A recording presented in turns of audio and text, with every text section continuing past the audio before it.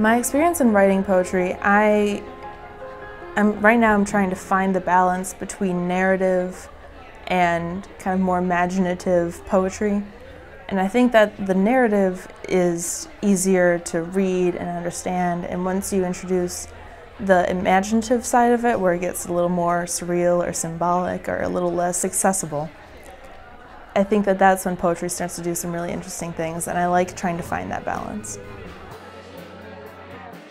I like writing lyrics. It's something that I take very seriously. I will write a draft of lyrics, I'll rewrite it, and I won't let it settle until I feel really good about it. I was very shy when I came to college, and journalism has pushed me to ask questions, and it's made me realize that a lot of the times if you want information, you're gonna have to get it, and it won't be easy. And I think I never put myself out there as a journalist at all until college. I enjoy classroom discussion. I think it's really fun. I enjoy reading student papers. I teach a lot of fiction courses, so I read a lot of student fiction, hearing what people think about their lives through the things they write about. I love good language. I love the imagery, the playfulness. So everything I like about literature happens when I teach.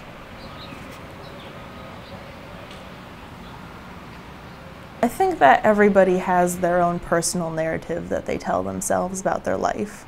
That they tell themselves, this is my story and this is where it's going, and this is how these things in the past that are probably quite random add up and actually mean something and form a pattern to create my life story.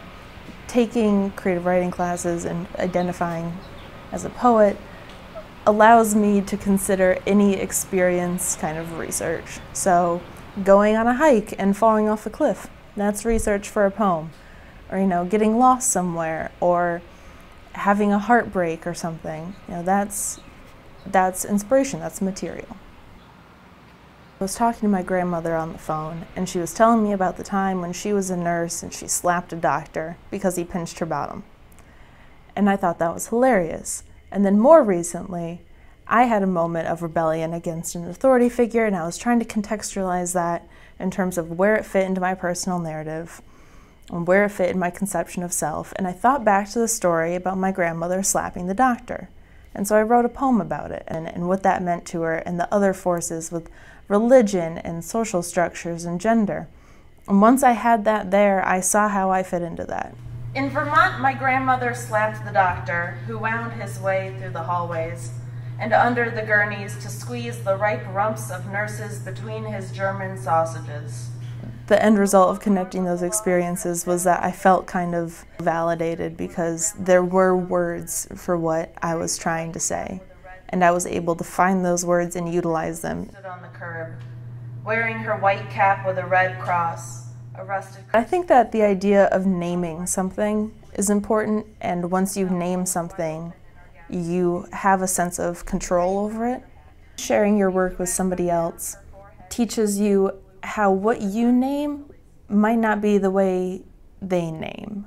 So there could be similar feelings or similar experiences, but you name them in a way that is very different from the way that they would.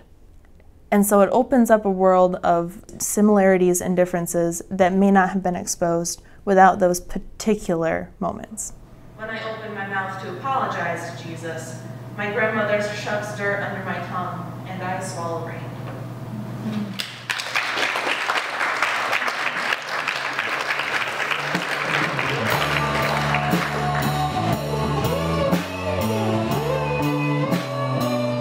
Whenever I sit down to write a song, and usually they come in different bits, I always carry a notebook with me, and I just write images I see, phrases I hear, thoughts I've had, and I'm looking at it and I'm like, oh, I could totally bring this here and put this together. And it's compiling a lot of bits together. It's almost like a collage.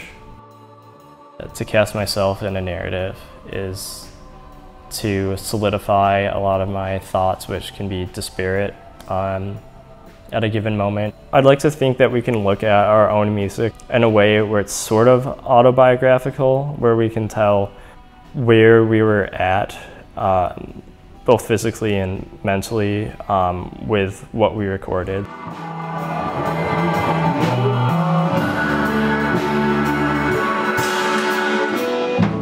To write is to understand your own attitudes, your own biases, your own perspective, your own desires, your own dreams. Overall, I think a lot of pop and rock music lack a lot of concrete language. That's something that I took from my creative writing class. As a songwriter, at least, I want to write to a certain theme or a certain message. And I want to have a concrete language that supports that sort of tone.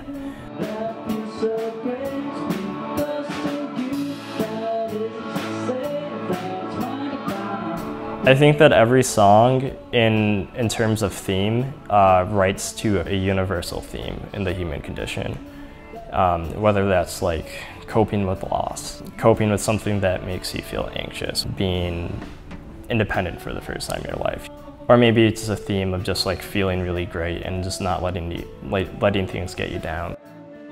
You know, Bob Dylan wrote, a white Jewish guy from Minnesota, he wrote Blowing in the Wind, and some soul and later would be funk artists listen to that song in the 60s and realize that this white kid can capture like the same criticisms, the same pains as these African Americans, you know, really in the real thick of it in the civil rights movement. So I think that's the really cool thing about songwriting.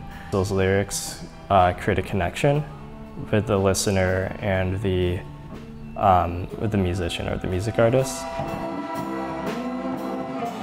First quarter of my freshman year, when I was in Intro to Journalism, I came and just wrote like an article a week. My second year on the Index, when I was the features editor, I started like Humans of K. I really like Humans of New York.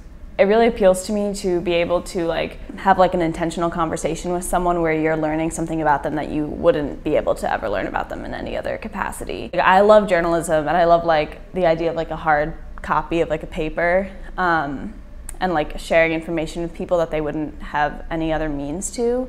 I'm really attracted to like stories that aren't like being covered up, but I guess just aren't known, and like but are affecting a lot of people. I've had to learn a lot about like how to talk about difficult subjects and how to get people to talk to you when they don't want to is like the hardest thing, especially if it's a story that like you know that people need to know about. So I kind of learned how to express to people that their words matter and like that they matter in this bigger picture. And I think it's really exciting to be able to like build that communication from like reader to sources like who are in the paper.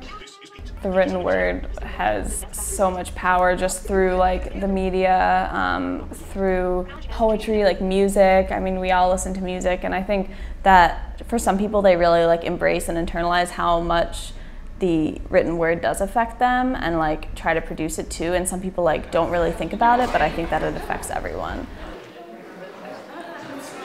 And she stumbles. Her feet lose their ground and she falls. The sunset across the city shone off the dull iron. Something vibrated alive in me and snapped somewhere between snarling and elan. Wore sweaters almost exclusively, even in the summer, which made them sweat. Student style is like their fingerprint. It is their personal voice. You get to know them in a way through their writing. I don't know how much I teach sometimes because a lot of what I do is listening and responding. So it's not, I don't have the defined curriculum of, say, a chemistry professor or a historian who may think they want to get across a certain body of knowledge. It's always a challenge because you're trying to respect their work and say something useful, how to say those things for that particular person, given her particular project and who she is.